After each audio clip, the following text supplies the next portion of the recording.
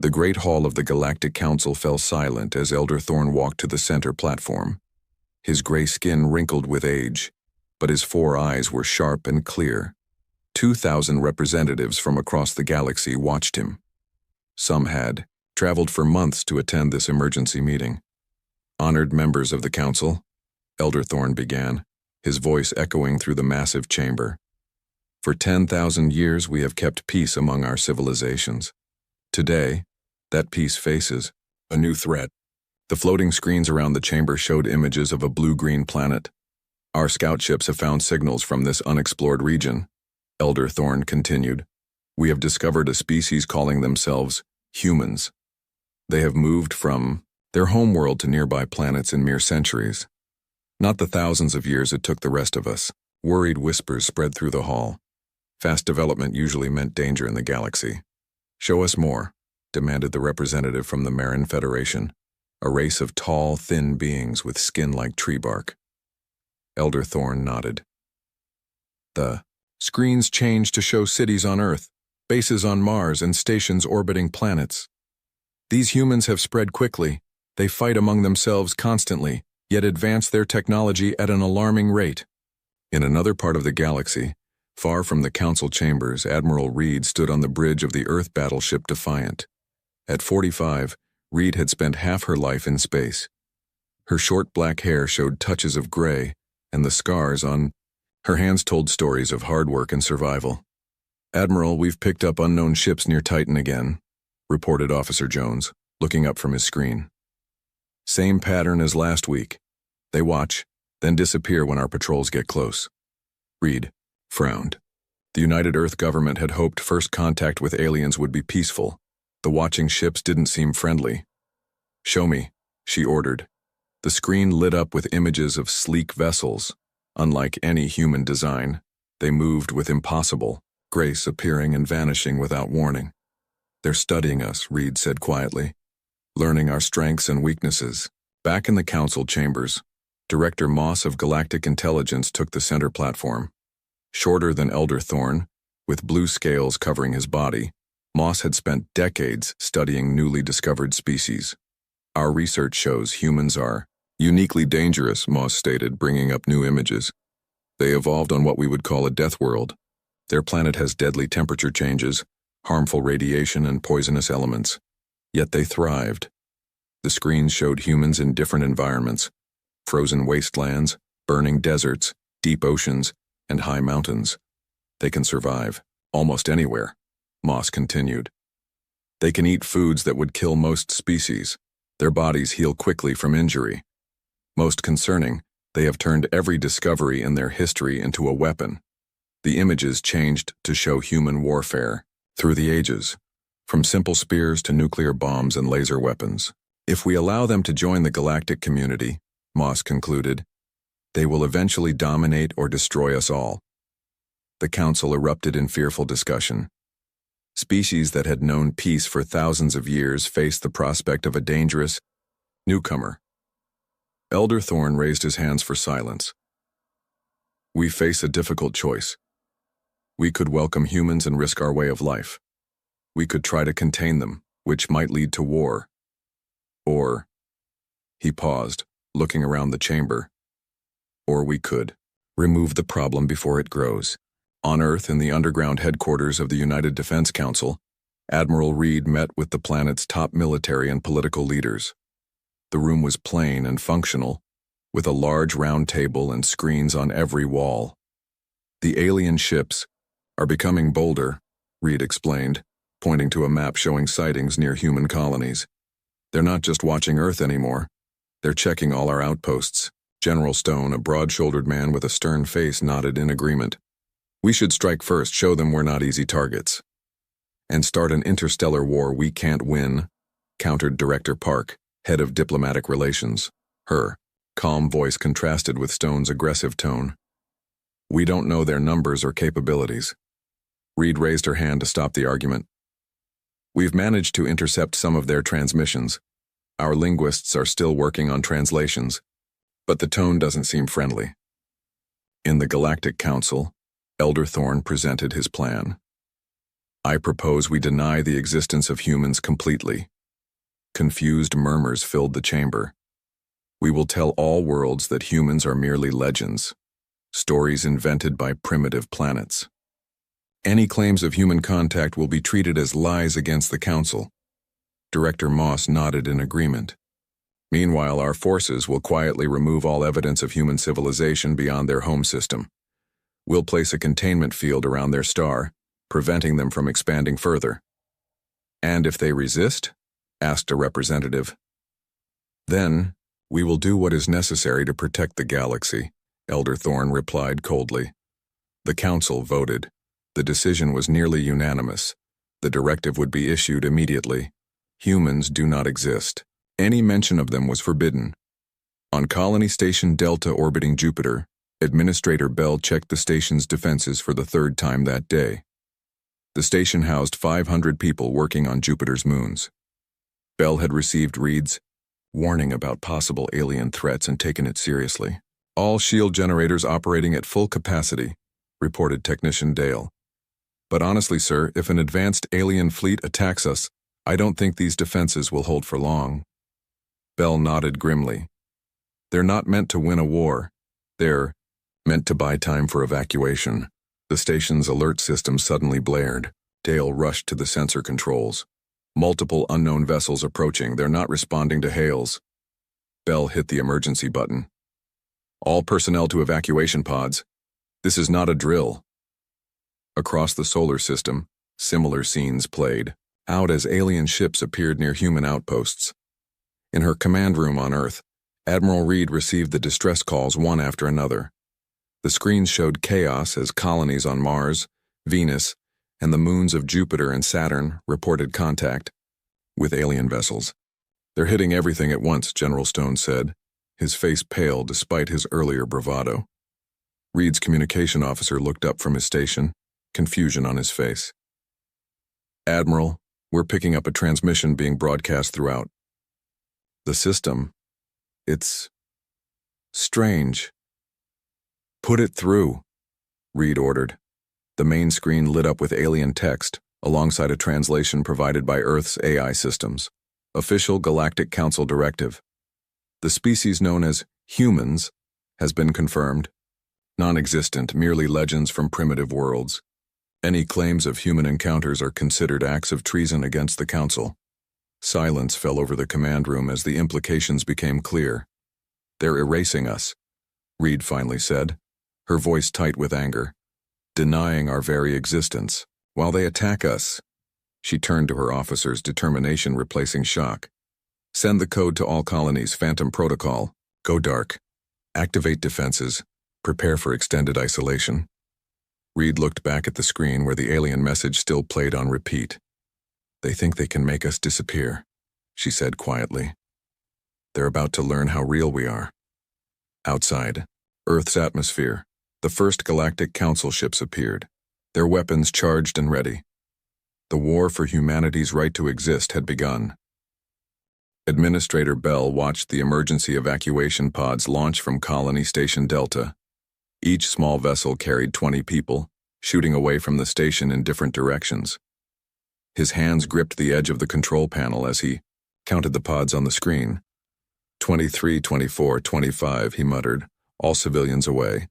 Bell turned to the small team that had stayed behind. Only 5 people remained on the station, all volunteers who understood they might not survive. Stealth systems active, reported Technician Dale, her fingers moving quickly over the controls. From the outside, this place will look abandoned.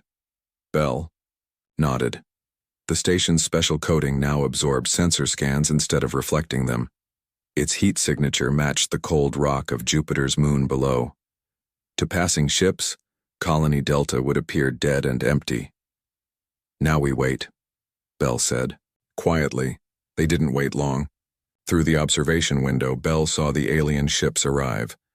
They were smooth and white, with no visible engines but a soft blue glow surrounding them. 7 vessels of different sizes, moving with perfect coordination. Dale whispered, "Those aren't explorers, that's a military formation." Bell said nothing. He knew she was right. The ships weren't here for peaceful contact. they had come to destroy. The aliens ignored the station completely. Instead, they focused on the automated mining operations on the moon below. Beams of intensely bright light shot from the ships, cutting through metal structures like they were made of paper. Mining robots, processing facilities, and transport vehicles, all destroyed methodically. "They're removing all signs we were ever here," Bell said. "Just like Admiral Reed warned us." Dale's eyes widened. "They really are trying to erase us." Across the solar system, similar scenes played out. Council forces systematically eliminated unmanned human outposts, research stations, and mining operations. They avoided direct attacks on facilities with large human populations. For now. On Earth, the United Defense Council gathered in their underground headquarters.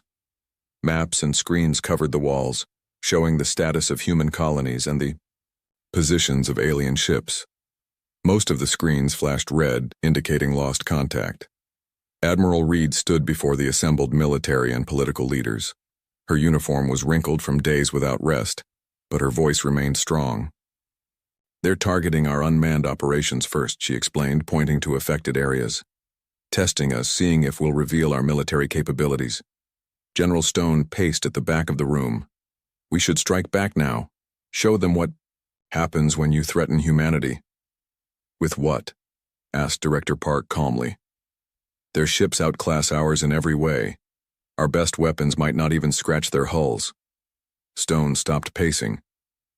"We have the Hammer satellites, orbital weapons platforms. That would confirm their propaganda about us being warmongers," Park interrupted. "If we respond with full force, we play into their hands." Admiral Reed raised her hand for silence. "I understand both positions, but we need a measured response that shows strength without revealing all our capabilities." The debate might have continued for hours, but an urgent message interrupted them. A young communications officer burst into the room, his face pale. "Admiral, we've received a distress signal from Colony Epsilon." Reed turned sharply. "Epsilon? That's a research station. 73 civilians. No military presence." The officer nodded. "The message says Council forces have entered the system. They're not targeting automated systems this time. They're heading straight for the colony." Silence fell over the room. Colony Epsilon was different. It housed families, scientists and their children working on agricultural projects for Mars. Reed's expression hardened. "Measured or not, we won't abandon our people." On Colony Epsilon, Dr. Wells worked frantically to move everyone to the emergency bunkers. As the colony's lead researcher, Wells had never expected to face a military threat. The station had been designed for science, not war.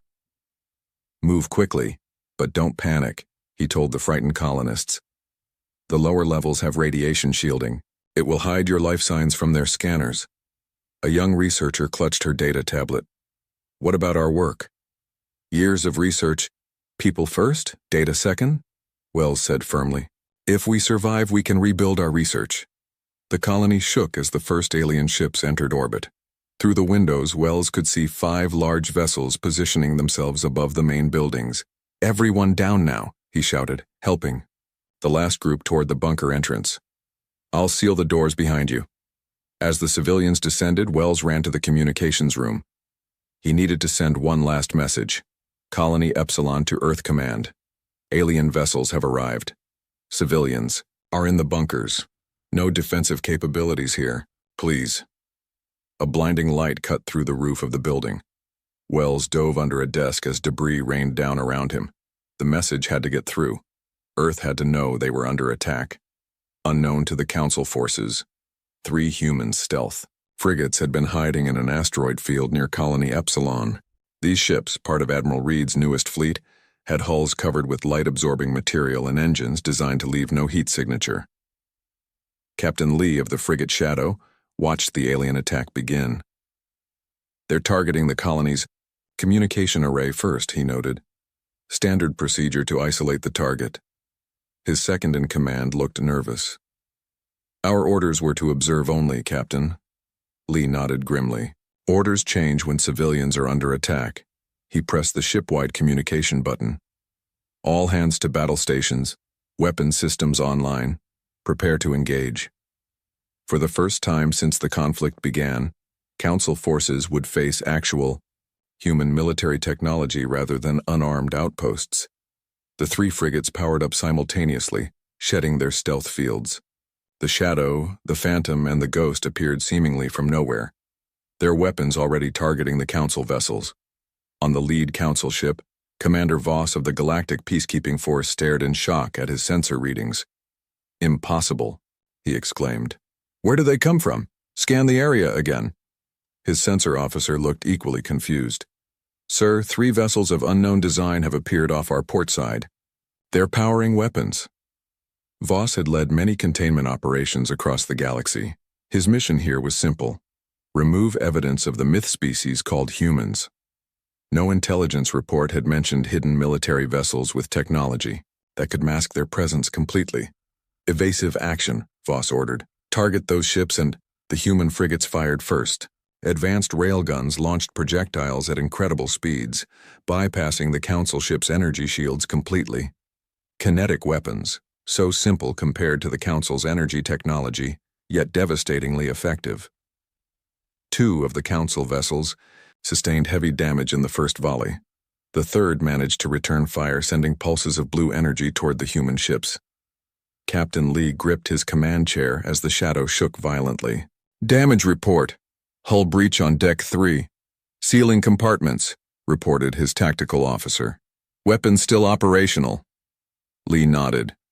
"Target their propulsion systems. We don't need to destroy them. Just make sure they can't hurt the colony." The battle lasted less than 15 minutes. When it ended, 3 Council ships were disabled and drifting. One had managed to jump to faster-than-light travel, escaping with heavy damage. The 5th had been completely destroyed when its power core overloaded. The human frigates hadn't escaped, unscathed. The Ghost had lost life support on 2 decks. The Phantom's weapon systems were offline. Even the Shadow had taken significant damage to its hull, but Colony Epsilon remained intact. The civilians in the bunkers were safe. As the surviving Council vessels retreated, Admiral Reed watched the battle feeds from her command ship near Earth. The data told a clear story. Humans had won their first engagement against the Galactic Council. "They came expecting no resistance," Reed said to her officers. "They found otherwise." General Stone allowed himself a small smile. "The element of surprise worked in our favor this time." "It won't work again," Reed cautioned. "Now they know we exist. Now they know we can fight back." She looked at the tactical display showing Council forces regrouping throughout the solar system. The real war begins now. 6 months had passed since the battle at Colony Epsilon. The galaxy now called the conflict the human containment. On thousands of worlds, citizens watched Council broadcasts about the successful removal of the human myth from historical records, but not everyone believed the official story. On the icy planet Cerub Prime, researcher Gray worked late in his laboratory. Unlike most Cerubians who had pale blue skin and stood only 4 feet tall, Gray was unusually large for his species at nearly 5 feet. His colleagues often joked that he had been born on the wrong planet. Gray carefully locked his laboratory door and spoke a command. "Secure mode active." The lights dimmed, and a hidden section of the floor slid open. From below, 3 figures emerged, humans who had been off-world when the conflict began. The Council search teams came through the science district again. Today, Gray told them. "They're becoming more thorough." Tom, the oldest of the humans, nodded grimly. "They're desperate. More people are questioning their story about us." For months, Gray had hidden these human diplomats beneath his laboratory. As a xenoanthropologist who studied other species, Gray had immediately recognized the Council's claims about humans as propaganda. When he found the diplomats stranded on Cerub Prime, he couldn't turn them away. "I've made contact with similar groups on 12 other worlds," Gray said, bringing up a holographic map. "Small pockets of resistance who question the Council directive. We're calling ourselves truth seekers." Lisa, the female human diplomat, studied the map. "How are you communicating without the Council detecting it?" Gray's mouth formed the Cerubian version of a smile. "Old technology. We're using radio wave patterns that the Council's quantum networks ignore as background noise. The third human, Ben, looked up from the data tablet he was studying. We need to share what we know. The truth about Earth and humanity. The Council has painted us as monsters.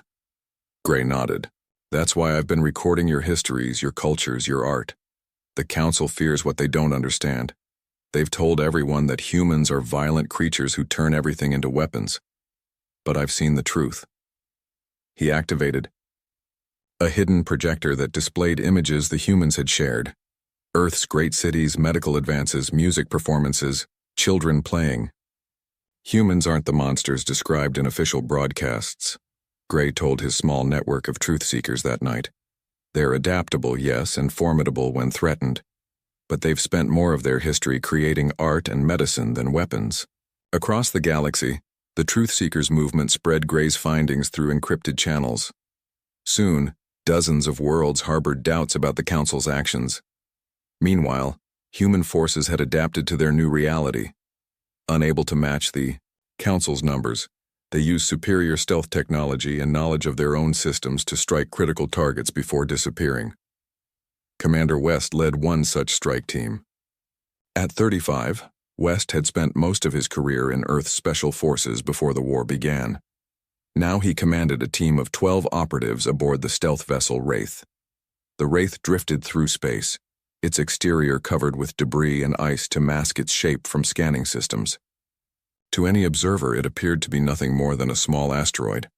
2 minutes to target, reported West's pilot. West looked at his team. They wore lightweight armor with built-in stealth systems, another technology the Council didn't. No humans possessed. Remember, he told them, our objective isn't maximum casualties, we're here to plant the truth.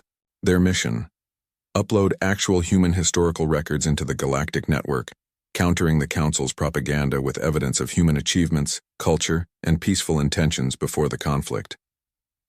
The target was a Council communication hub, a massive station that relayed information to thousands of worlds. Docking in 30 seconds, the pilot announced. No alarms triggered, they don't see us. The Wraith attached itself to an unused maintenance port on the outer ring of the station. West's team moved quickly through the airlock, their suits making them nearly invisible to standard sensors. Team 1, head for the main server room, West ordered through their secure communication system. Team 2 with me to set up the distraction. Officer Miller led Team 1 through the station's maintenance tunnels. As a former computer security expert, she knew exactly what they needed to do. The main servers should be through here, she whispered, pointing to a sealed door. 2 team members placed small devices on the door's locking mechanism. The advanced human technology silently overrode the Council security systems, causing the door to slide open without triggering alarms. Inside, rows of quantum processors handled data from across the galaxy. Miller connected a small device to the central control panel. Uploading package now, she reported. Estimated time, 3 minutes. Meanwhile, West and Team 2 reached the station's power distribution center. They didn't need to shut down the station. That would only alert the Council to their presence. Instead, they needed a distraction that would keep the station's security team busy while Miller completed the upload. Plant the charges here, here, and here, West instructed, pointing to non-critical systems. Set timers for 2 minutes. The small explosive devices wouldn't cause major damage, but they would create enough confusion to keep security occupied. As both teams worked, a Council security officer walked around a corner, coming face to face with one of West's team members. The officer's 4 eyes widened in shock. "Intruder!" he shouted, reaching for his weapon. West reacted instantly, firing a tranquilizer dart that struck the officer in the neck. The alien collapsed before he could sound the general alarm. "Our timeline just got shorter," West warned through the comm system. "Miller's status?" 80% uploaded, she replied. "Need 1 more minute." West dragged the unconscious officer into a storage room. "You've got 30 seconds. Then we're leaving, with or without the complete upload." On the station's main control deck, a junior officer noticed a small anomaly in the data streams. "Sir, I'm detecting unusual activity in server section 4, he reported to his supervisor. The supervisor frowned. Run a diagnostic. Before the junior officer could respond, alarms blared throughout the station. The small explosives West's team had planted had detonated, causing power fluctuations in non-essential systems. Emergency in power distribution, someone shouted. Possible reactor instability. The supervisor forgot about the server anomaly. All security teams to the reactor level. This could be a containment breach. In the confusion, Miller completed the upload. Package delivered. Initiating self-destruct on our device. West nodded.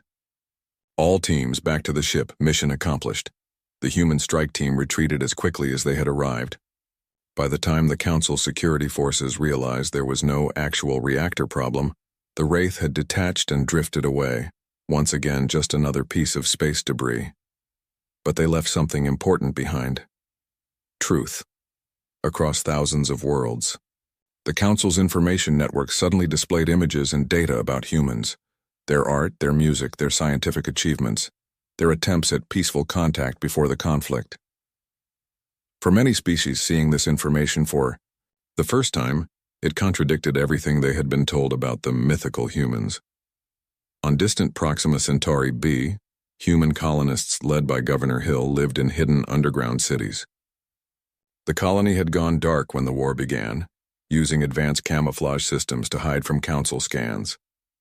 Hill addressed the Colony Council in their underground meeting chamber. We've received word of Commander West's successful mission. For the first time since this war began, the truth about humanity is spreading through the galaxy. An older council member looked skeptical. Will it matter? The council has convinced everyone we're monsters, or that we don't even exist. Governor Hill's expression remained determined. Truth always matters. We're not just fighting for survival anymore. We're fighting for the right to exist in the eyes of the galaxy. As the Truth Seekers movement grew and human guerrilla tactics succeeded, Elder Thorne faced mounting questions from council members. Some began to wonder if the original directive had been a mistake based on fear rather than fact. The tide was turning, slowly but surely. The war for humanity's existence had entered a new phase, a battle for the truth itself. Council investigator Blake had served the Galactic Council for over 40 years. Tall and thin with silver-gray skin, Blake had built a reputation for finding truth, no matter how well hidden. When the Council assigned Blake to assess the human situation, many expected a quick confirmation of official positions. Blake approached the task with methodical precision. First step, review all original intelligence reports about humans. Show me the first contact records, Blake told the Council archive system, and all intelligence assessments that led to the containment directive. The data appeared on Blake's screen. Immediately, something seemed wrong. The reports contained alarming claims about human aggression and danger, but offered little evidence. Where were the detailed observations, the scientific analyses, the cultural evaluations that should precede any species containment? Blake's four-fingered hand tapped thoughtfully on the desk. This wasn't standard procedure. The decision to declare humans mythological had bypassed normal council protocols. System, show me the voting record for the Human Containment Directive, Blake ordered. The screen displayed the council vote, nearly unanimous support after Elder Thorne's presentation. But when Blake requested the preliminary committee findings that should have preceded such a vote, the system returned an error. Records restricted. That was unusual. Council decisions were supposed to be transparent. Blake decided to dig deeper. System, show me resource allocation records for Council. Members in the month following the Human Directive. The results were shocking. 5 high-ranking Council members, including Elder Thorne, had received massive resource rights to star systems near human space immediately after the directive passed. The official reason: expansion of peaceful mining operations in newly secured zones. Blake sat back, eyes narrowed in thought. This wasn't about protecting the galaxy. This was about profit. Meanwhile on Earth, Admiral Reed's intelligence team made a breakthrough of their own. For months, they had worked to intercept and decrypt Council communications. They finally succeeded with a high-security transmission between Elder Thorn and his associates. Reed stood in the dimly lit decryption room, watching as the message appeared on screen, translated into English. Our corporation has secured exclusive rights to the Proxima, Tau Ceti, and Epsilon Eridani systems. Once human presence is fully eliminated, mining can begin immediately. Projected profits exceed 1 trillion universal credits. The Council restrictions on these systems due to dangerous mythological species ensure we face no competition. Reed's face hardened as she read the message. This was never about humanity being a threat. It was about money. She turned to her communications officer. Get me a secure line to all our remaining outposts, and contact our allies in the Truth Seekers network. They need to see this. Armed with evidence of corruption, Blake approached Council member Jorah, known for strict, ethical standards. They met in a private chamber away from monitoring systems. What I'm about to show you violates my investigation protocols, Blake admitted. But the truth is more important than procedure. Jorah, an elder member of the amphibious Moran species, listened carefully as Blake presented the evidence. The resource allocations, the bypassed protocols, the lack of scientific assessment before the containment directive.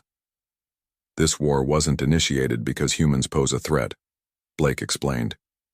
It was started because acknowledging their existence would cost certain council members trillions in mining rights. Jorah's wide eyes blinked slowly. These are serious accusations against Elder Thorn and others. We need more than financial records to prove intent. I believe the humans can provide that proof, Blake replied. If we can establish communication. Jorah looked surprised. You've had contact with them? Not yet, Blake admitted. But I know someone who has. Throughout the galaxy, researcher Gray's Truth Seekers network had grown beyond anyone's expectations. What started as dozen scientists questioning Council propaganda had expanded to millions across hundreds of worlds. Gray's recordings of human history, art, and peaceful intentions had been copied and shared countless times. Gray received Blake's encrypted message while working in his laboratory. The message was brief. Evidence found. Council corruption confirmed. Need direct contact with human leaders. Gray contacted his human friends immediately. This could be the breakthrough we've been waiting for. A Council investigator with proof of corruption. Tom, the human diplomat, looked cautious. Or it could be a trap to find us. I've verified Blake's identity, Gray insisted. This investigator has exposed 3 major corruption cases in the past decade. If anyone will stand for truth, it's Blake. After careful consideration, the humans agreed to establish indirect communication with Blake through Gray's secure channels. Meanwhile, on multiple worlds, public opinion was shifting. Billions had seen the truth about humans through Commander West's information upload. Protests erupted on numerous planets, with citizens demanding explanations from their council representatives. On the council capital world, Elder Thorn faced an emergency session called by Jorah and 17 other council members. The Grand Chamber was filled with representatives from across the galaxy, along with news recorders broadcasting to thousands of worlds. Thorn appeared confident as he addressed the gathering. These rumors of real humans are concerning. Clearly, our efforts to dispel dangerous myths have been insufficient. Blake stood on the speaker's platform facing the council. This is not about myths, Elder Thorn. This is about truth. The large display screens activated, showing the evidence Blake had gathered, the resource allocation records, the bypassed protocols, the corruption trail leading directly to Thorn and his associates. The directive to deny human existence was never about galactic safety, Blake announced to the shocked audience. It was about claiming valuable resource rights to systems that, by council law, would require sharing with the human species if they were acknowledged as real. Thorn's face darkened. These accusations are baseless. Investigator Blake has clearly been influenced by human sympathizers. Blake nodded to a technician. Let's hear from the humans themselves. The screens changed to show Admiral Reed, broadcasting from her command ship. The human leader looked directly at the council, her expression resolute. Members of the Galactic Council, I am Admiral Reed of Earth's United Defense Force. We have intercepted communications proving that Elder Thorn and his associates engineered this conflict for profit. The recorded messages appeared on screen, Thorn's own words about mining rights and profits once humans were eliminated. Throughout the chamber, representatives began talking at once. Many species withdrew their support for the conflict immediately, citing violations of the Council's founding principles. Thorn attempted to dismiss the evidence. These messages are fabricated. This human is using deception. But his defense crumbled as more council members joined the opposition. Several of Thorn's closest allies suddenly distanced themselves, claiming they had been misled about humans. For the first time since the conflict began, direct communication opened between the council and human leaders. On the main screen, Admiral Reed addressed the galactic representatives. We never wanted war, she stated firmly. From our earliest days in space, we sought peaceful coexistence. When your ships first appeared in our system, we attempted communication, not conflict. Reed displayed humanity's first contact protocols, translated into the Council's standard language. These were our instructions to all ships. Approach peacefully. Attempt communication on all frequencies, show no weapons, represent Earth with dignity and respect. Many council members looked shocked. This contradicted everything they had been told about human aggression. Blake moved to stand directly before Elder Thorn. You lied to the council. You manufactured a threat to enrich yourself and your associates. You started a war that has cost thousands of lives. Thorn's supporters dwindled as the evidence mounted. One by one, council members called for immediate cessation of hostilities against humans and full investigation of Thorn's actions. The tide had turned completely. What began as a war to erase humanity had transformed into a revelation that would reshape the galaxy forever. The truth, Blake announced to the council, is that humans exist. They have always existed, and they deserve the same rights as all sentient species in our community. The vote was nearly unanimous. The council officially recognized humanity and called for immediate peace talks. As Elder Thorn was led away to face justice, Admiral Reed turned to her officers. This isn't the end, she cautioned, but it's the beginning of understanding. The Grand Conciliation Summit took place on Neutral Station Alpha, an ancient space station that had existed before even the Galactic Council formed. Representatives from Earth stood on one side of the massive circular chamber. Delegates from thousands of galactic civilizations stood on the other. In the middle, a round table made of polished stone waited for the leaders who would make history today. Admiral Reed had changed her military uniform for formal diplomatic clothes. As she walked toward the table, she felt the weight of responsibility on her shoulders. She represented not just Earth, but all of humanity. The decisions made here would shape human existence in the galaxy for generations. Elder Jorah, who had replaced Thorn as the Council's leader, approached from the other side. The amphibious alien moved with slow dignity, water vapor misting around his breathing apparatus. They met at the table facing each other directly for the first time.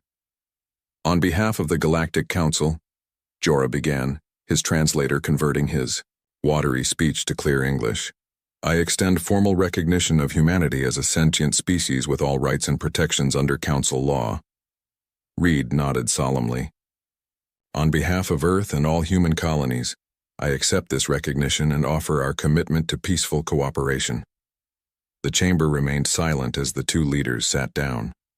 This moment marked the official end of a conflict that had nearly erased humanity from galactic memory.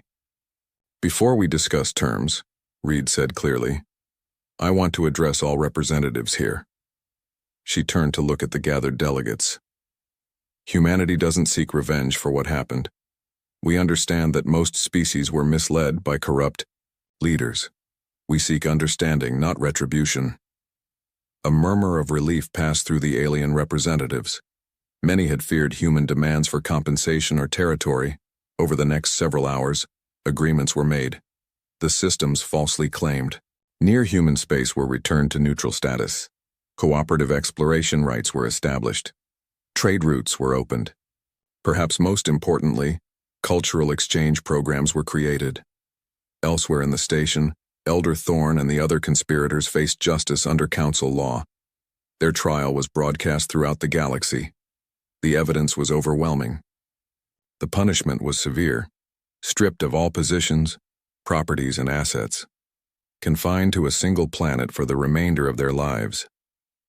The corruption we uncovered went beyond simple greed, Investigator Blake explained to the media.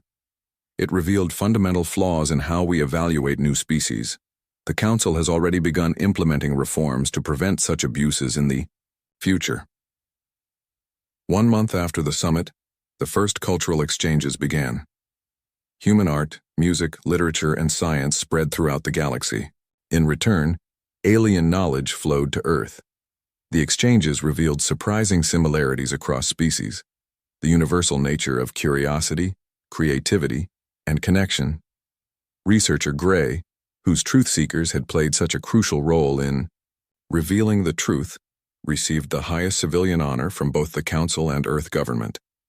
His Xenoanthropology Institute became the galaxy's premier center for cross-species understanding. The greatest barrier between different species isn't biology, Gray told his students at the newly established Interspecies University. It's fear of the unknown. When we replace fear with knowledge, understanding becomes possible. On Colony, Epsilon, now rebuilt as a diplomatic hub, Dr. Wells welcomed representatives from 50 different species to the inaugural Galactic Science Symposium. The research station that had once been attacked now served as a symbol of cooperation.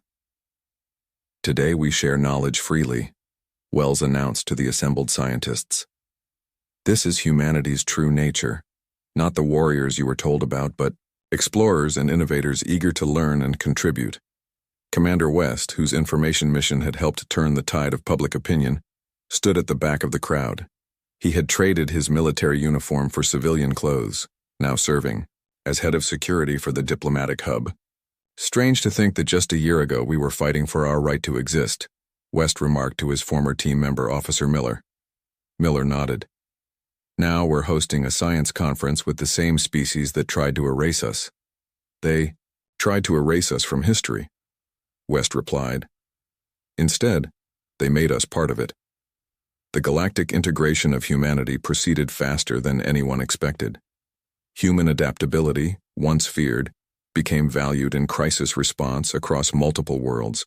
When a severe earthquake struck the Marin homeworld, human emergency teams were among the first to arrive, bringing techniques developed on Earth's most disaster-prone regions. Earth's militaries also shared their knowledge, though carefully. The stealth technology that had been so effective during the conflict was studied by Council defense forces.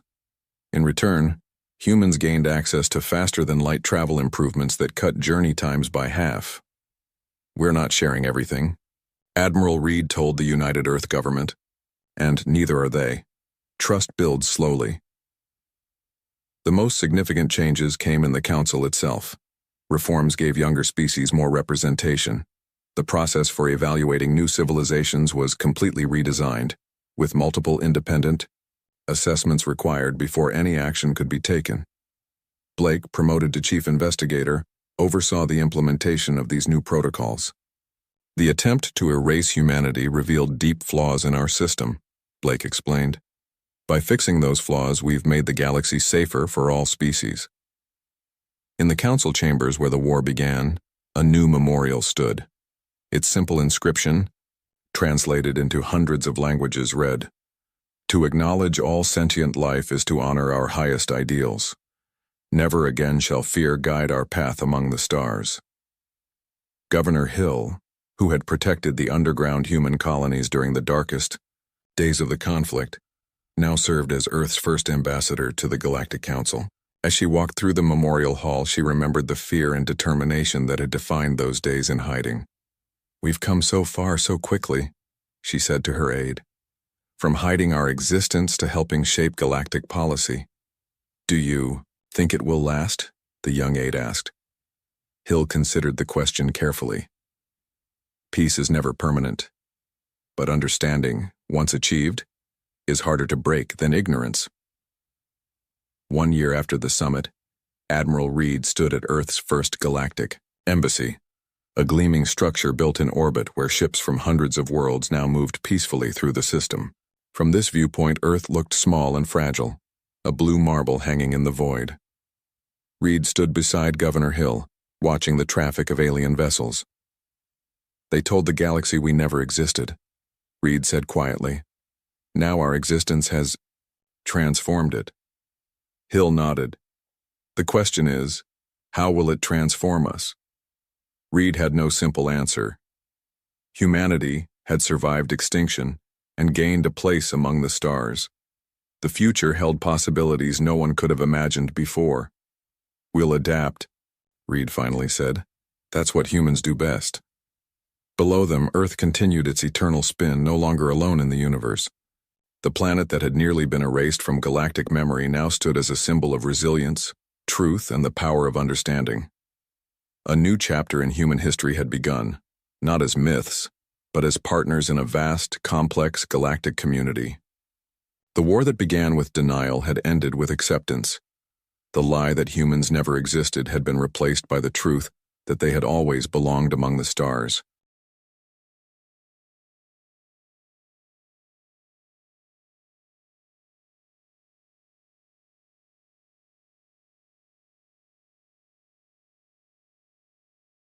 Commander James Reed stood at the viewport of Mars Colony Alpha, his shoulders heavy with the weight of what he was witnessing. Earth, beautiful blue Earth, was changing before his eyes. Strange lights pulsed across its surface, followed by bizarre distortions that made the planet seem to waver like a mirage. "Sir, we've lost contact with all Earth stations," said Officer Tom Blake, his voice shaking. "Last transmission from Luna Base reports dimensional fractures." Reed's fists clenched. Just 3 hours ago, the strange ships had appeared without warning. They emerged from what looked like tears in the fabric of space itself. Dozens of black, angular vessels that seemed to absorb light rather than reflect it. "How many made it out?" Reed asked, not taking his eyes off the horror unfolding before him. "Early estimates show about 30 million evacuated to Luna, Mars colonies, and orbital stations before the main attack. That's less than 0.5% of Earth's population." Reed closed his eyes. 8 billion souls. His wife, his son, his home. All gone in a single afternoon. "We're receiving emergency transmissions from Luna, the Jupiter outposts, and all 17 orbital habitats," said Communications Officer Maria Davis. "Everyone wants to know what's happening. What to do next?" Reed turned to face the cramped command center of Mars Colony Alpha. It was never meant to be a military installation, just a scientific outpost with a population of 12,000. Now, it was possibly humanity's last remaining organized command structure. "Put me through to all surviving human settlements," Reed said. The view screen showed faces filled with shock and fear, colony leaders, ship captains, and station commanders all looking to him for answers he didn't have. "This is Commander James Reed of Mars Colony Alpha. As the highest-ranking military officer remaining in the Sol system, I am assuming emergency command of all human forces." He paused, the words bitter in his mouth. "Earth has fallen to an unknown enemy. We don't know who they are or what they want. What we do know is that they attacked without warning or provocation." A scientist pushed forward into the frame from Luna Base. "Commander, we're calling them the Void. Their weapons aren't just destructive, they're tearing apart the actual fabric of reality. Earth isn't just damaged, it's becoming dimensionally unstable. No one will be able to return to the surface for possibly centuries." Reed nodded grimly. "Our immediate priority is survival. All stations go to emergency protocols, ration supplies, account for every survivor, and collect every scrap of data we have on these void creatures." "What then?" asked the administrator of Europa Station, her face tear-streaked. "There are only millions of us left. They destroyed Earth in hours." Reed looked at each face on the screen. "Then we rebuild, we survive, and we prepare." 6 months after the attack, Reed sat in what had become the new human capital, the converted mining facility on Ceres. Representatives from every surviving human outpost gathered in the chamber, A room designed for 30 that now held over 100. The analysis is complete, said Dr. Alan Foster, chief scientist of what remained of humanity. We've studied the fragments of void technology recovered from the edges of the Earth disaster zone. Their energy signatures point to an origin in the Sagittarius arm, approximately 10,000 light-years from here. The room erupted in shouts. That's impossible, we can't reach that far. They'll come back and finish us before we even start. Reed slammed his hand on the table. Enough. Dr. Foster, continue. Foster projected a timeline onto the main screen. The void ships use some form of dimensional travel. They don't move through space like we do, they bend it, creating shortcuts. That's why we had no warning. But their technology leaves traces like fingerprints. We can track them back to their source. Reed stood up. How long would it take us to reach them? Foster looked grim. With our current technology? Centuries. But I believe we can reverse engineer aspects of their dimensional technology from the fragments we've studied. Not enough for full dimensional travel, but enough to significantly enhance our propulsion systems. And weapons? Asked General Williams from Luna Base. Yes, Foster nodded. Their dimensional technology is their strength, but potentially their weakness. If we can develop countermeasures, weapons that stabilize space against their manipulations, we might stand a chance. Reed looked around the room. I propose we form the Earth Vengeance Coalition. Every surviving human working toward one goal, building an armada to take the fight to the void. How long? Asked a woman near the back. Reed looked to Foster, who said quietly, 50 years, minimum. We need to build shipyards, develop new technologies, train a generation of soldiers and engineers. The room went silent. Most of us won't live to see it, Reed said, his voice firm. But our children will, and they'll carry our memory and our purpose with them. Reed unveiled the plan that would become humanity's obsession for the next 5 decades. Massive shipyards would be built in Jupiter's orbit, harnessing the gas giant's resources. The asteroid belt would be mined to exhaustion. Every human child would be raised knowing their purpose, to avenge Earth. 900,000 ships, Reed declared, enough to darken the skies of their world as they darkened ours. We will build the largest fleet the galaxy has ever seen. 10 years later, Reed stood in the observation dome of the newly constructed Jupiter Shipyard Alpha. Below him, the massive frame of the first dreadnought took shape, scaffolding swarming with construction drones and human workers in exosuits. At 67, Reed knew he would never see the mission completed. Cancer from radiation exposure during the early evacuation efforts had spread throughout his body. The doctors gave him months. Reed placed his hand against the cool glass. I wish you could see this, Emily, he whispered, thinking of his wife who had been teaching in London when the void came. A young officer approached and saluted. Sir, the Guardian Protocol is ready for your final approval. The Guardian Protocol, Reed's legacy, a comprehensive cultural, educational, and military framework designed to keep humanity focused on its mission across generations. It would ensure that even after he and all the other survivors of Earth were gone, their descendants would remember, would continue, would avenge. Show me, Reed said. The officer handed him a tablet. On it was the emblem of the Earth Vengeance Coalition, a simple blue circle with a crack running through it, set against a field of stars. Below it, the words that would be recited by school children, soldiers, and civilians every day for the next 40 years. We are the children of Earth. Born of its ashes, forged in its memory, we will not forget, we will not forgive, we will return. Reed approved the document with his thumbprint, his final act as the first guardian of what remained of humanity. As he looked out at the shipyard, the first of dozens that would eventually ring Jupiter, he allowed himself a moment of hope. Humanity had lost almost everything, but they had not lost their will to survive, to fight back. The void had made a terrible mistake. They should have killed every last human, because now the children of Earth were coming for them. 45 years after the fall of Earth, Admiral Lisa Reed stood in her quarters aboard the command ship Vengeance. Through her viewport, she watched as the final warship of humanity's massive armada moved into formation near Jupiter's orbit. The shipyards that had once dominated the space around the gas giant were now empty, their purpose fulfilled. 900,000 warships. The largest fleet ever built by human hands. Lisa touched the small blue pendant around her neck, a piece of earthstone that had belonged to her grandfather, Commander James Reed. He had died long before she was born, but his legacy shaped her entire life. Every human child born after the fall was raised on stories of Earth and the duty to avenge it. A soft chime at her door pulled her from her thoughts. "Enter," she said. Marcus Wilson, the fleet's chief engineer, stepped inside. His hands were stained with mechanical oil despite his high rank. He preferred to work alongside his crew rather than simply give orders. "The final systems check is complete, Admiral," he said. "Operation Reckoning is ready to begin." Lisa nodded. "And the dimensional anchors?" Pride flashed across Marcus's face. "All 900,000 ships are equipped. The technology works, exactly as the simulations predicted.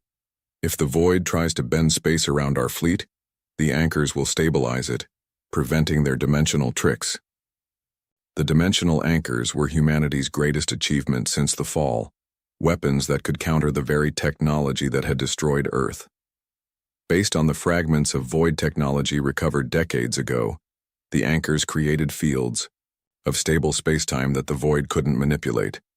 At least that's what their tests showed. No one had ever faced the void in actual combat and survived. "Good," Lisa said. "Gather the fleet commanders for the final briefing." 2 hours later, Lisa stood before the holographic images of her 200 senior commanders. Each led a battle, group of 4,000 to 5,000 ships. Some joined from vessels just moments away. Others commanded ships at the very edges of the formation, hundreds of thousands of kilometers distant.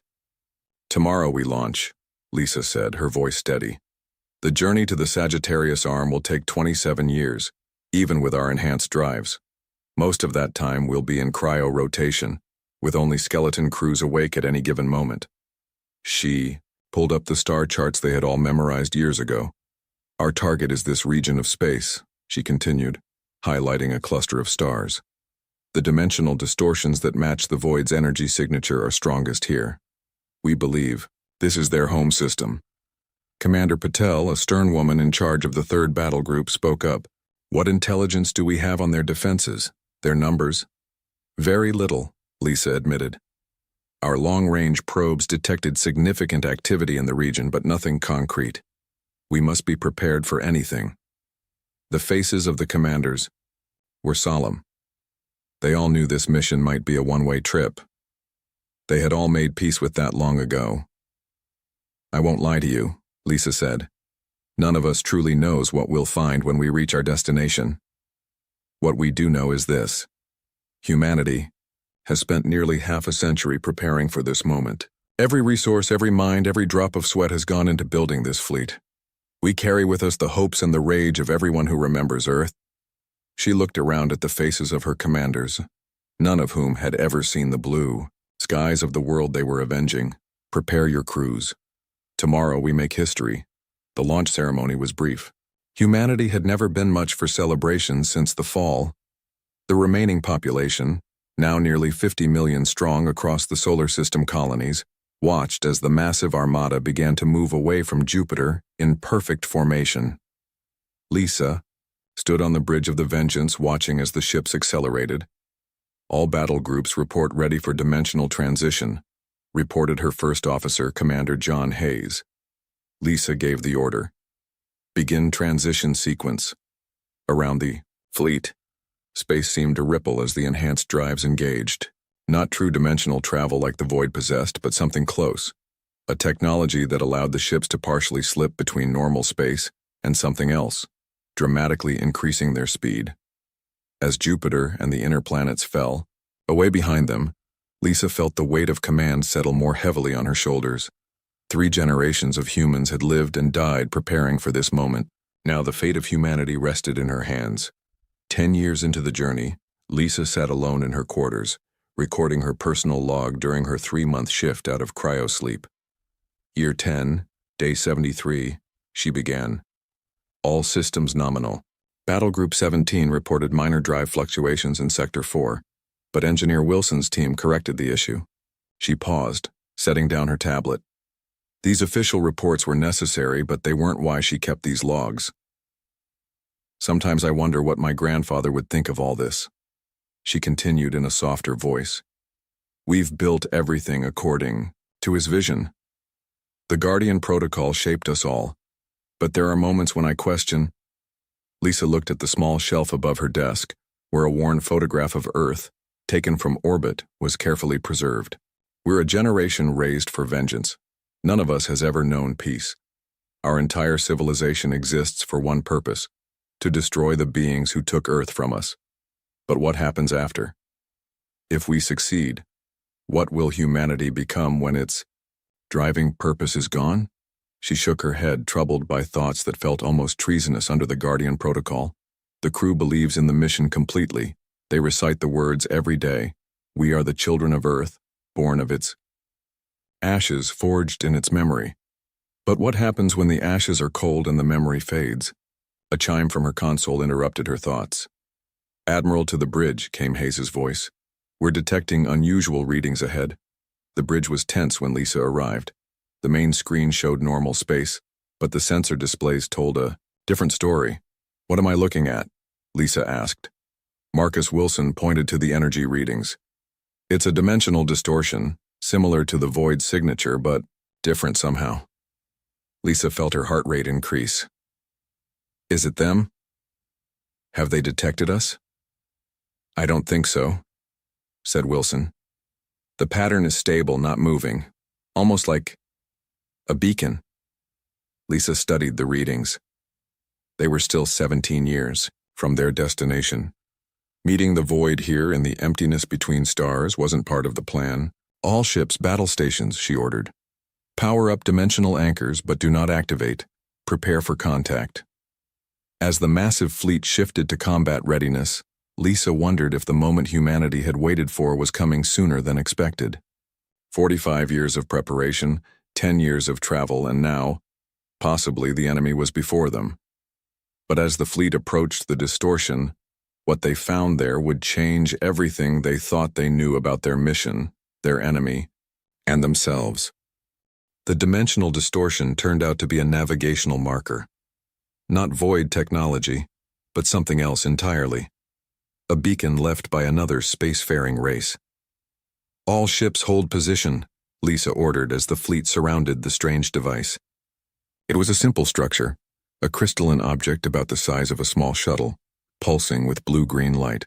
It's broadcasting a signal, said Communications Officer Ben Rogers. Not just radio, it's sending patterns through dimensional space. Marcus Wilson studied the readings from his station. Admiral, this isn't void technology. The energy signature is completely different. Lisa felt a chill run through her. For her entire life, humanity had focused solely on the void. The idea that there might be other advanced species in the galaxy had been considered, of course, but always as a secondary concern. Can we decode the signal? She asked. Rogers shook his head. Not yet, but it seems to be repeating. Possibly a warning or a greeting. Or a trap, said Commander Hayes. Before Lisa could respond, a new alert sounded. Admiral, 3 ships approaching, called out the sensor officer. They just appeared. Similar dimensional technology to the void, but different. On the main screen, 3 sleek vessels materialized from what looked like ripples in space. They were beautiful craft, curved and flowing where the void ships had been angular and dark. They glowed with the same blue-green light as the beacon. Hail them, Lisa ordered, her heart pounding. The screen flickered, and Lisa found herself looking at beings that were clearly not human, but also not what she had expected the void to look like. They had smooth, iridescent skin in shades of blue and green, 4 eyes arranged in a diamond pattern, and delicate branch-like structures where humans would have hair. We greet the human fleet, said one of the aliens in perfect English, shocking everyone on the bridge. I am Navigator Trell of the Stellar Consortium. We have been watching your approach for some time. Lisa composed herself quickly. I am Admiral Lisa Reed of the Earth Vengeance Coalition. How do you know our language? We have studied your transmissions since you left your home system, replied Trell. Your fleet is impressive and concerning. Such military might suggests conquest. Not conquest, Lisa replied firmly. Justice.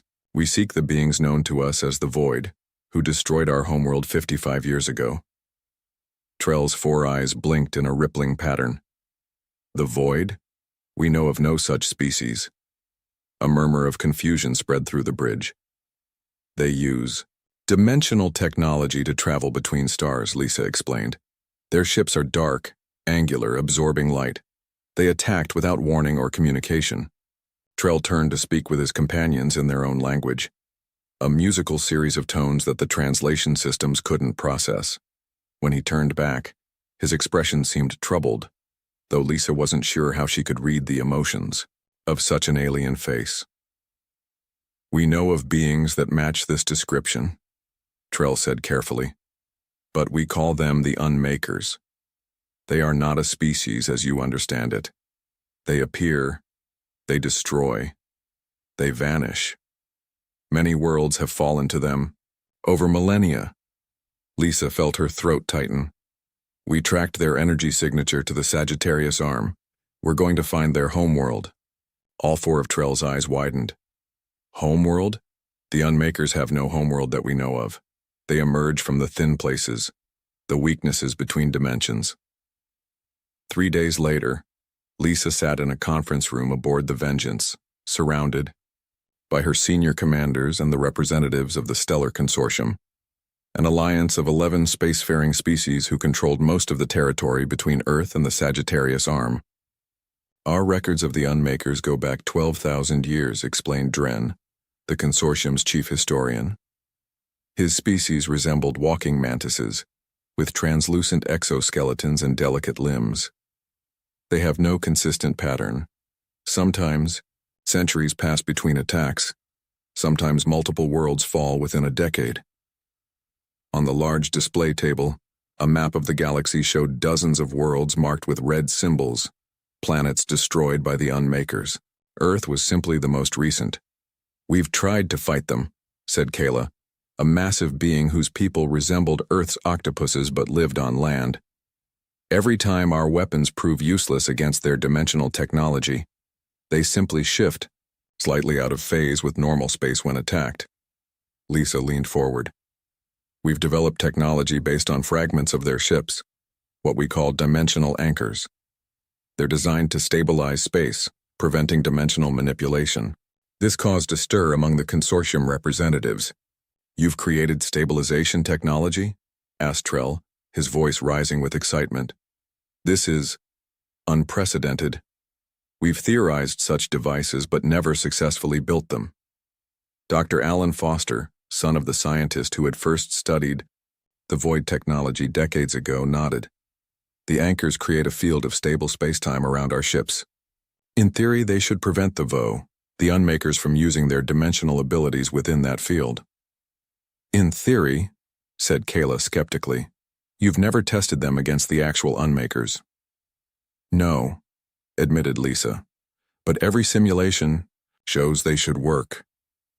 Trell's 4 eyes focused intently on Lisa. Admiral Reed, your fleet represents the largest military force the galaxy has seen in millennia, and if your dimensional anchors work as you claim, you possess technology that could change the balance of power throughout known space. Lisa felt the weight of his words. Our mission is simple. Find the Unmakers, and make them pay for Earth. But you now know they have no single homeworld, said Dren gently. They emerge from dimensional weak points, strike, and vanish again. How will you find them?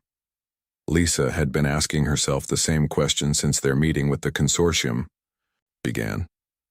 The entire human mission, 55 years of planning, building, and training, had been based on the assumption that they could track the void to their home system and strike back. The energy signature we followed, she said slowly. If it doesn't lead to their homeworld, what does it lead to?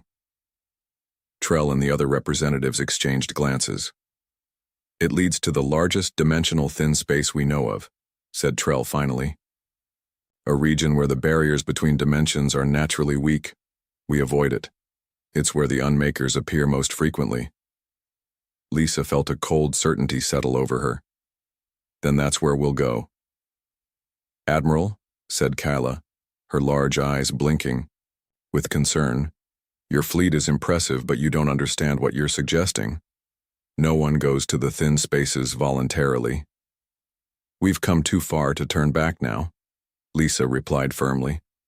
Humanity has spent 2 generations preparing for this moment. If the unmakers emerge from this region, then that's where we'll wait for them. Or, she thought but didn't say, we'll find a way to draw them out.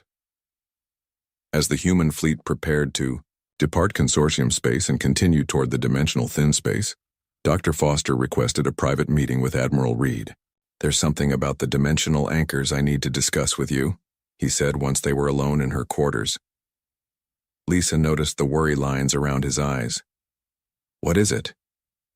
I've been reviewing our technology with the consortium scientists. They're brilliant, centuries ahead of us in some areas of dimensional physics. He paused, gathering his thoughts.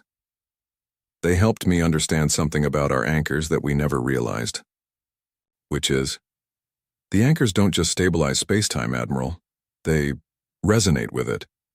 And that resonance creates a unique signature in dimensional space. Lisa frowned. Meaning what exactly?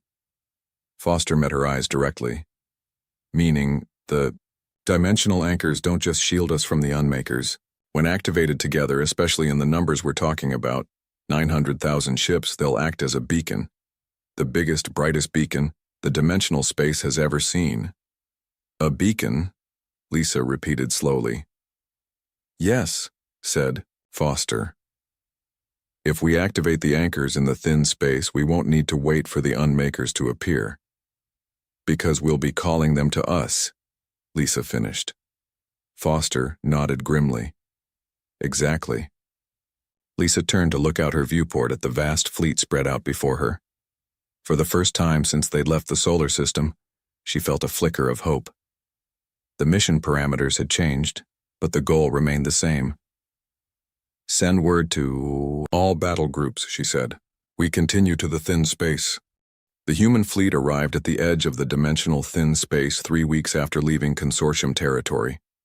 From the outside, it looked like any other region of space, stars glittering against the black, a few distant nebulae painting colors across the void. But the sensor readings told a different story. The dimensional barriers here are extremely weak, reported Dr. Foster from his science station on the bridge of the Vengeance. Readings show fluctuations that match what we recorded near Earth. Just before the attack, Lisa stood before the main view screen, her hands clasped behind her back. The moment humanity had prepared for over 5 decades was finally at hand. All battle groups report status, she ordered. One by one, the commanders checked in. 900,000 ships, arranged in a massive sphere around the thin space, weapons hot and crews ready. Some of the captains sounded eager, others nervous, but all were committed to the mission. Dr. Foster, how long will it take to activate all the dimensional anchors? Lisa asked.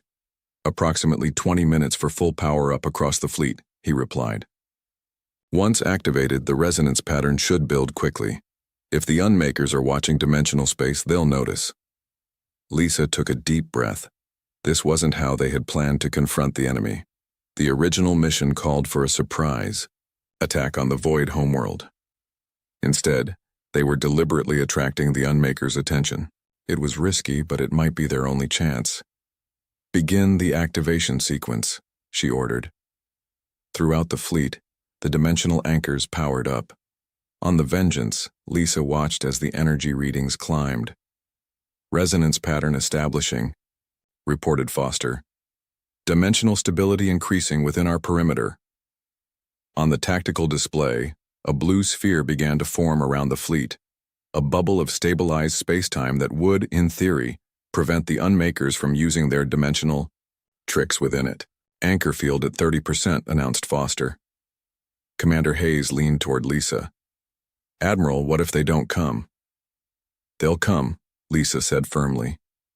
Their attack on Earth wasn't random. They were studying us. They'll want to know who's creating this disturbance in dimensional space. Anchor field at 60%, Foster called out. The minutes ticked by as the field grew stronger. The bridge crew was tense, every eye either on their stations or on the main view screen. Anchor field at 95%, said Foster, almost at full strength. And then it happened. At first, it looked like a small tear in the fabric of space, a jagged black line that appeared directly ahead of the Vengeance. But it quickly grew, widening into a massive portal of swirling darkness. "Contact!" shouted the sensor officer. "Dimensional rift forming. All ships battle stations," Lisa ordered, her voice steady despite the hammering of her heart. "Weapons locked, but hold fire until my command." The tier in space expanded until it was larger than any ship in the human fleet. For a long moment, nothing emerged. Then, slowly, a vessel began to slide through the rift. It was enormous, far larger than the flagship Vengeance, larger even than the biggest dreadnoughts in the human armada. Its surface was that same light-absorbing black that the survivors of Earth had described. The ship seemed to bend the light around it, making it hard to look at directly. "Single vessel," reported the tactical officer.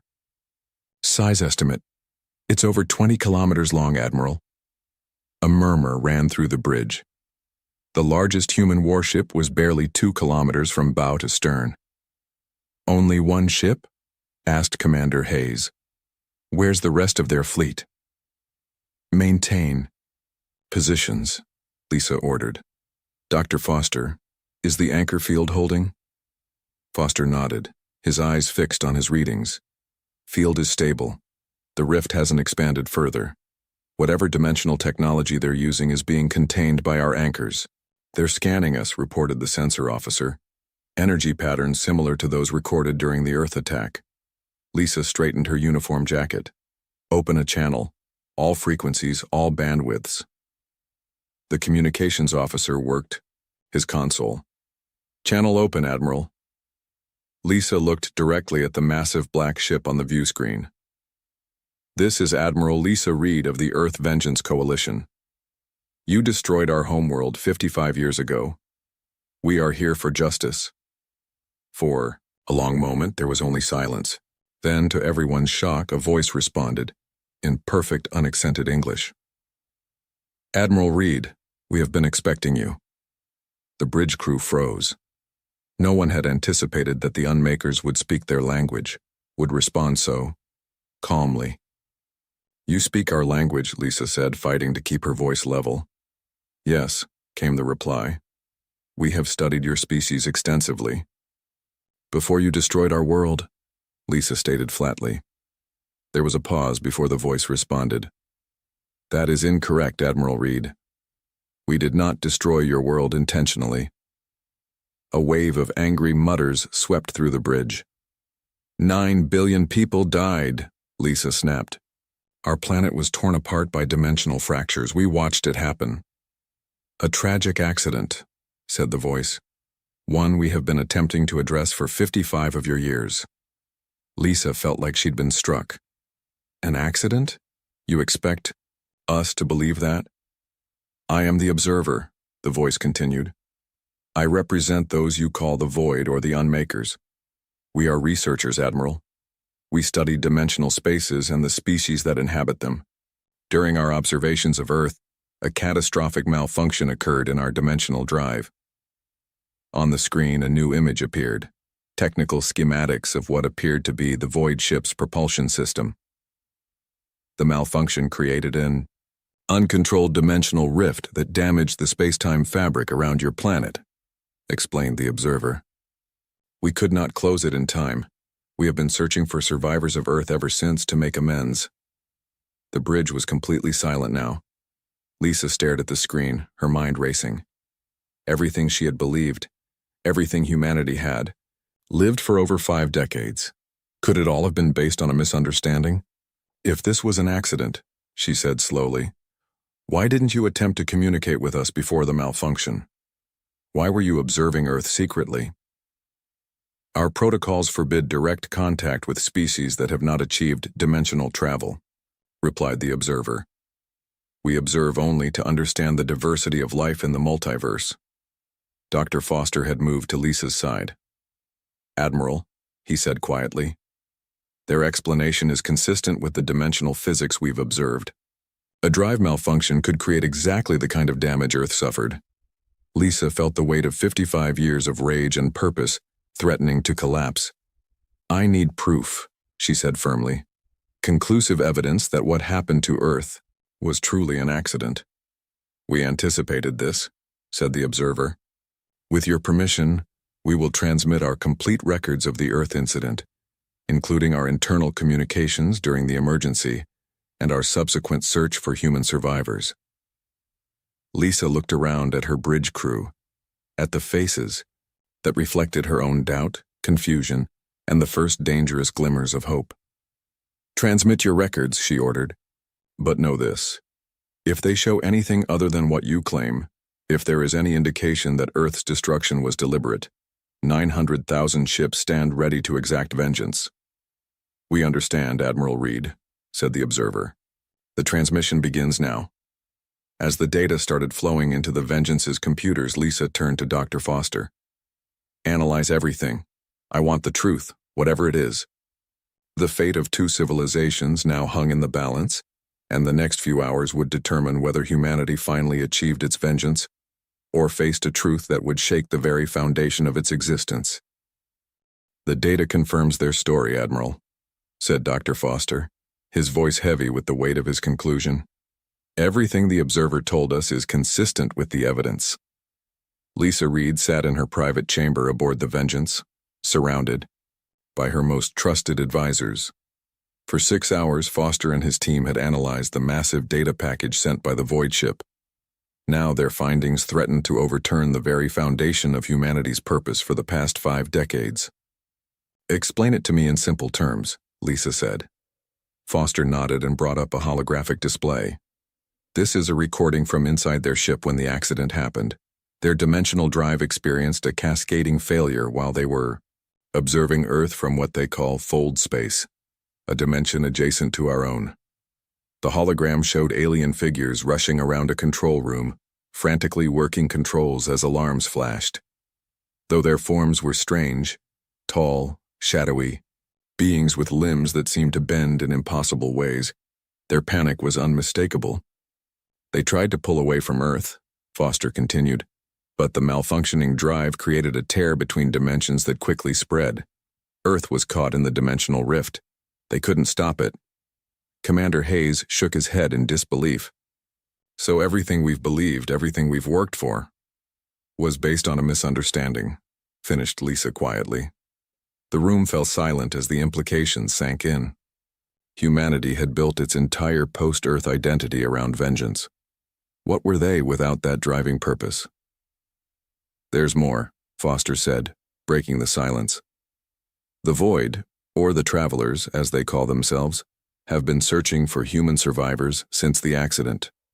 They've been trying to make amends. Make amends how? Asked Lisa sharply. Earth is gone. 9 billion people are dead. How can they possibly make amends for that? Foster took a deep breath. They believe they can repair the dimensional damage to Earth. Not quickly. It would take generations, but they think they can eventually stabilize the space-time fabric around our planet. Make it habitable again. Lisa stood abruptly and walked to the viewport. Outside, the massive human fleet surrounded the single Void ship in a sphere of deadly firepower. One word from her, and 900,000 warships would open fire. Admiral, said Commander Hayes, the fleet is awaiting your orders. Many of the captains are confused, angry. They want to know why we haven't attacked yet. Lisa turned back to face her advisors. Because I won't order the deaths of beings who meant us no harm, not without absolute certainty. She paused. Arrange a face-to-face meeting with the observer. I want to look this being in the eye or whatever they have when they explain themselves. The meeting took place in a neutral location, a small specially constructed chamber positioned exactly halfway between the Vengeance and the Void ship. Lisa arrived with a small security team and Dr. Foster. They waited nervously until a ripple appeared in the air, and the observer stepped through. Lisa had expected something monstrous, but the observer was simply alien, tall and slender with dark skin that seemed to absorb light, multiple limbs that moved with fluid grace, and what appeared to be sensory organs arranged in a circle, where a human would have a face. "Admiral Reed," the observer said, its voice coming from a small translation device. "Thank you for agreeing to meet." "I needed to see you for myself," Lisa replied, "to understand why my people have spent 55 years preparing to destroy yours." The observer's limbs shifted in what might have been a gesture of sadness. "The accident that befell Earth is the greatest tragedy in our history. We are a peaceful species, dedicated to knowledge and understanding. We have never intentionally harmed another sentient race. Yet 9 billion humans died," Lisa stated flatly. "Yes," acknowledged the observer. "A loss we have mourned alongside you, though you did not know it. We have spent these decades developing methods to repair dimensional damage, specifically, to make amends for Earth." "You could have contacted us sooner," Lisa pointed out. "We tried," the observer replied. "We sent probes and messages to your colonies on Mars and the other planets.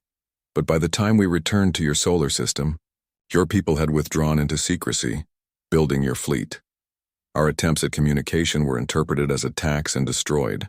Lisa remembered the early reports of void scout ships detected near the outer planets, vessels that had been immediately destroyed by the defensive systems James Reed had ordered built. "Show me how you plan to repair Earth," Lisa demanded. The observer activated a holographic display. "The process is complex, but it begins with dimensional stabilizers, similar in principle to your anchors, but more refined. They would gradually strengthen the fabric of space-time around Earth, allowing the dimensional fractures to heal." Dr. Foster studied the schematics with wide eyes. "This technology is centuries beyond our own," he murmured. "The process would take approximately 120 of your years," continued the observer. "But eventually, Earth's atmosphere and surface could be restored." Lisa felt a strange emotion rising in her chest, something she had never expected to feel on this mission. Hope. When Lisa returned to the Vengeance, she found the bridge in chaos. Several battle group commanders had patched through, demanding to know why the attack hadn't begun. "Admiral, we didn't come all this way to talk," shouted Commander Patel, her face red with anger. "Every person on my ships has waited their entire life for this moment. We demand justice for Earth." Similar sentiments echoed from other commanders. Lisa let them speak, understanding their fury. It was the same rage that had driven humanity for decades. When they finally fell silent, Lisa spoke.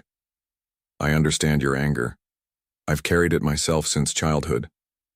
But I now face the hardest decision any human leader has had to make since the fall." She activated a fleet-wide broadcast, knowing that every human in the Armada needed to hear her words directly. "This is Admiral Lisa Reed. By now you've heard that we've made contact with the beings who were present when Earth was destroyed. You've heard that they claim it was an accident. I can now confirm after thorough investigation that their claim is true." She paused, allowing the words to sink in. "For 55 years we've defined ourselves by our quest for vengeance. We've built the most powerful fleet the galaxy has ever seen. We've created weapons capable of destroying worlds, and we did it all based on a misunderstanding." Throughout the fleet, she knew there would be shock, disbelief, and anger, but she continued. "The beings we called the Void, who call themselves the Travelers, have offered to help us restore Earth, not immediately, but over generations. They have the technology to heal the dimensional wounds that make our homeworld uninhabitable." Lisa looked around at her bridge crew, seeing in their faces the same conflict she felt inside. "We came here seeking vengeance, but we've found something far more precious. Hope. Hope that Earth might live again. Hope that future generations might walk under blue skies on the world of our ancestors." She took a deep breath before delivering her final words. "I am ordering all ships to stand down from combat status. We will not attack the Travelers. Instead, we will work with them to heal our world. We came as warriors, but we will return as builders. This is not just my decision. It is our only path forward, if we wish to truly honor Earth's memory. As she ended the transmission, Lisa watched the status indicators on the tactical display. One by one, the battle groups signaled their compliance, standing down from attack positions. The Vengeance, a ship built for war, would lead humanity down a different path, a path of renewal, of rebirth. In the viewport, Lisa could see the massive Void ship drawing closer, no longer a target, but a partner in humanity's new mission. Beyond it stretched the stars, and somewhere among them a wounded Earth waiting to be healed. "Set course for home," Lisa ordered. "We have work to do."